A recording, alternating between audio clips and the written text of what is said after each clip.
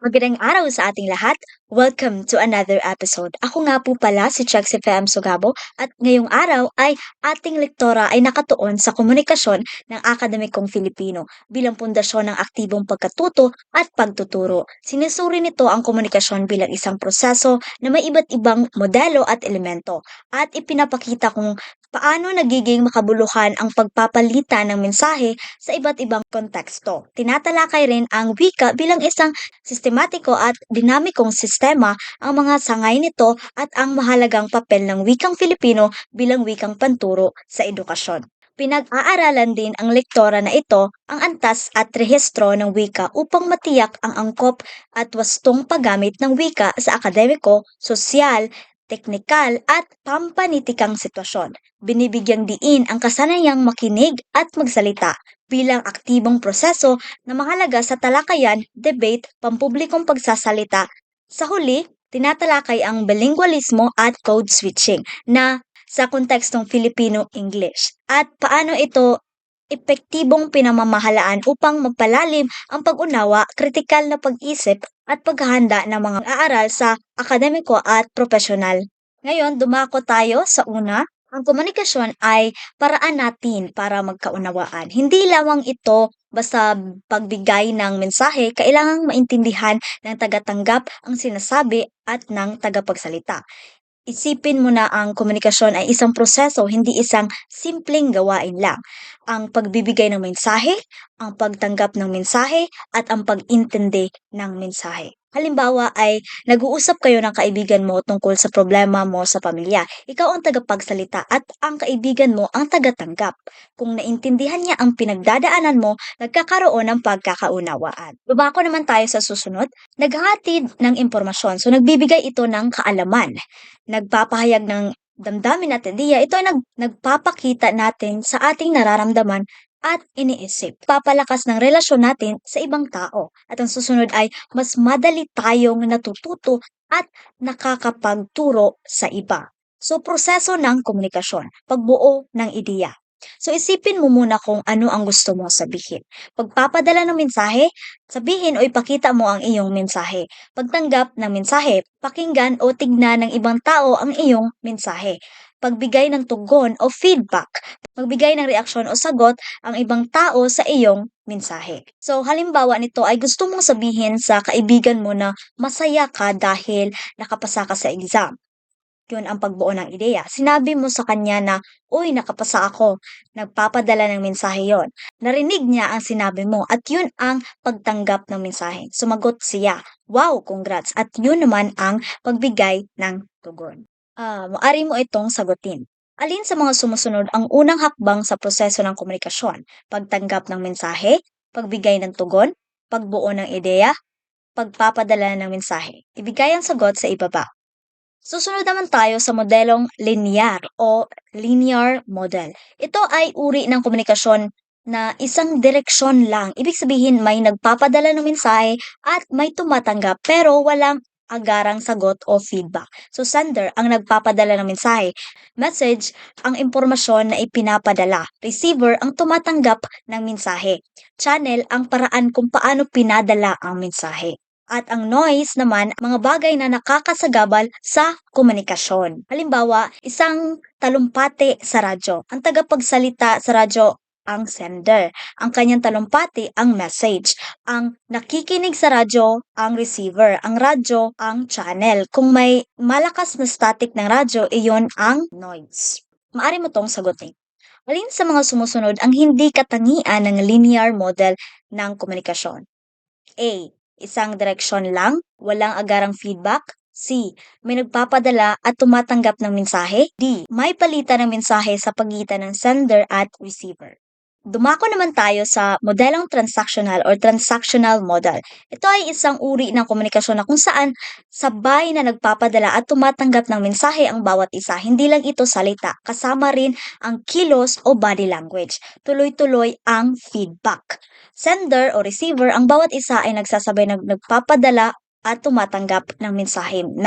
Message, ang impormasyon ay ipinapadala, salita ito o kilos. Channel, ang paraan kung paano ipinapadala ang mensahe. Feedback, ang tuloy-tuloy na sagot o reaksyon. Either verbal ito at di-verbal. So halimbawa, nag-uusap kayo ng kaibigan mo, habang nagkukuwento siya, nakikinig ka at tumatango-tango. Iyon ang feedback. Nakikita niya na interesado ka at mas ganado siyang magkwento. Sabay kayong nagpapadala at tumatanggap ng mensahe. Dumako naman tayo dito sa elemento ng komunikasyon. So tagapagsalita o sender, siya ang pinagmumula ng mensahe. Kailangan malinaw ang kanyang layunin at mensahe. Ang mensahe o message naman ay nilalaman ng komunikasyon. Maaring pasalita, pasulat o di-verbal. Kailangang malinaw at angkop sa tagatanggap. Medium o channel ay ang daluyan kung saan ipinapadala ang mensahe. Maari mo itong sagutin. Alin sa mga sunod ang nagpapasimula ng proseso ng komunikasyon? A. Mensahe. B. Medium o channel. C. Tagatanggap. D. Tagapagsalita. Dumako naman tayo sa elemento ng komunikasyon, tagatanggap. Siya ang tumatanggap ng mensahe at nagbibigay kahulugan dito. Ang kanyang karanasan, paniniwala, kultura at sitwasyon ay nakakaapekto sa kanyang pag-intindi. Tugon o feedback ang sagot o reaksyon ng tagatanggap na nagpapakita kung naintindihan niya ang mensahe. Konteksto ng komunikasyon, kalagayan o sitwasyon kung saan nagaganap ang komunikasyon, maaring pisikal o sosyal o kultural. Dumako naman tayo dito sa kahulugan ng wika. So ang wika ay isang sistematikong balangkas ng tunog, salita at tuntunin na ginagamit ng tao sa pagpapahayag ng kaisipan, damdamin at kaalaman. May sistema, may sinusunod, ayos at patakaran para makipag-usap at mag-isip. So bakit mahalaga ang wika? So ito ay daan para matuto, ginagamit para madaling matuto at tumulong para maintindihan ang mundo. At ipinapakita ang ating pagkakakilanlan. Halimbawa nito, ang wikang Filipino ay may sariling sistema ng paggamit ng salita at pagbuo ng pangusap. Ginagamit natin ito para makipag-usap sa ating pamilya at kaibigan, para mag-aral at para ipakita ang ating pagiging Pilipino. Ang wika ay may iba't ibang katangian na nagpapakita ng kalikasan ito bilang buhay at gumagalaw na sistema. Una ay ang wika bilang sistematikong istruktura. So, punolohiya, pag-aaral ng tunog ng wika. Pinag-aaralan kung paano binibigkas ang salita o paano nagbabago ang kahulugan sa tunog. Halimbawa ay ang tunog na P at B sa bata at pata ay magkaiba, kaya nagkakaiba rin ang kahulugan. Sunod naman ay ang morpolohiya, pag-aaral ng istruktura o anyo ng salita. Tumutukoy kung paano nabubuo ang salita mula sa bahagi nito or morphema. Ang halimbawa nito ay salitang mabilis. Ang ma ay panlapi na nagpapakita ng katangian. Ngayon, susunod naman ang syntax. Sa pag-aaral ng tamang ayos ng salita sa pangusap, pinag-aaralan kung paano nagkakasama ang mga salita para maging malinaw ang diwa. Halimbawa, ang pangungusap na kumain ang bata ng mansanas. Ang pagkakasunod ng mga salita ang tamang syntax. So, maaari mo itong sagutin. Alin sa mga sumusunod ang pangunahing pinag-aaralan sa syntax? Ang kahulugan ng salita, ang tunog ng wika, ang pagbuo ng salita, ang tamang ayos ng salita sa pangungusap. Maaari mo itong sagutin sa comment section. Sunod naman ay ang semantika, pag-aaral ng kahulugan ng salita at pangungusap. Tinutukoy kung paano naintindihan ang mensahe. Halimbawa nito ay ang salitang buwan ay maaring tumutukoy sa buwan na kalangitan o buwan ng taon, depende sa konteksto. Ngayon, dumako tayo sa wika bilang dinamiko. Ang wika ay nagbabago ayon sa panahon, lipunan at kultura. Kaya may mga bagong salita at bagong gamit na lumilitaw. Sa panahon, salitang selfie ay bago at umuusbong dahil sa teknolohiya. Sa lipunan naman, ang salitang yaya ay ginamit ng Pilipinas para makasabay, ngunit sa ibang bansa iba ang tawag. Sa kultura naman, ang salitang fiesta ay bahagi ng kulturang Pilipino at may natatanging kahulugan na naiiba sa ibang bansa.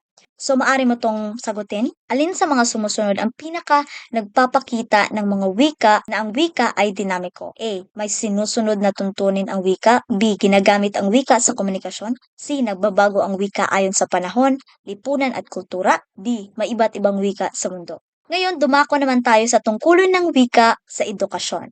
Ang wika ay ginagamit sa pagpapaliwanag ng konsepto, pagtatanong at pagsagot, at pagtataya ng kaalaman. Nakakatulong ito sa paglinang ng kritikal na pag-iisip at aktibong partisipasyon ng mga mag-aaral. Halimbawa nito, sa klase, ginagamit ang guro ang wika para ipaliwanag ang leksyon. Nagtatanong ang mga estudyante para mas maintindihan. Sumasagot sila para ipakita ang kanilang natutunan. Sa pamamagitan ng wika, nagkakaroon ng talakayan at may napapalawak na kaalaman sa lahat.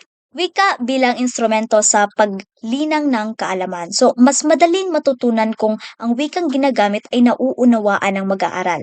Mas malinaw ang konsepto kapag pamilyar ang wika, kaya ang wika ay nagsisilbing pangunahing daluyan ng pag-iisip. So, wika bilang wikang panturo. Ang Filipino ay wikang pambansa, wikang opisyal, at wikang panturo. So, halimbawa lamang ay mas madaling maintindihan ng estudyante ang aralin sa agham kung ipapaliwanag ito sa wikang Filipino. Dahil pamilyar sila sa wika, mas mabilis nilang maiugnay ang bagong konsepto sa kanilang dating kaalaman. Maaari mo tong sagutin na tanong, alin sa mga sumusunod ang pinaka nagpapakita ng kahalagan ng wikang Filipino bilang wikang panturo?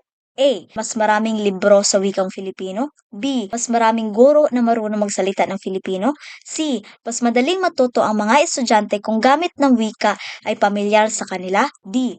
Mas maganda ang tunog ng wikang Filipino. Dumako naman tayo sa antas ng wika, formal at di formal. Ang antas ng wika ay isang uri ng lebel ng wika batay sa sitwasyon, layunin at tagapakinig. So dalawang pangunahing antas. Formal. So ang formal na wika ay ginagamit sa paaralan, opisina o opisyal na sulatin. May tiyak na tuntunin sa gramatika at wastong pagbaybay. Ang di formal naman ay ginagamit sa pang-araw-araw na usapan at mag-aring maglaman ng kolokyalismo o slang. So halimbawa sa formal ay pagsulat ng sanaysay sa paaralan. Ang halimbawa naman sa di formal ay nakikipag-usap sa kaibigan sa text message. Dumako naman tayo sa rehistro ng wika. So, rehistro ng wika ay tumutukoy sa angkop na gamit ng wika ayon sa sitwasyon, layunin at tagapakinig. So, uri ng rehistro, akademiko or formal. Wika na ginagamit sa paaralan o formal na pag-aaral may tamang gramatika o formal na tono. Sa technical naman ay wika ay ginagamit sa espesyaladong larangan o profesyon. Karaniwang may jargon o terminolohiyang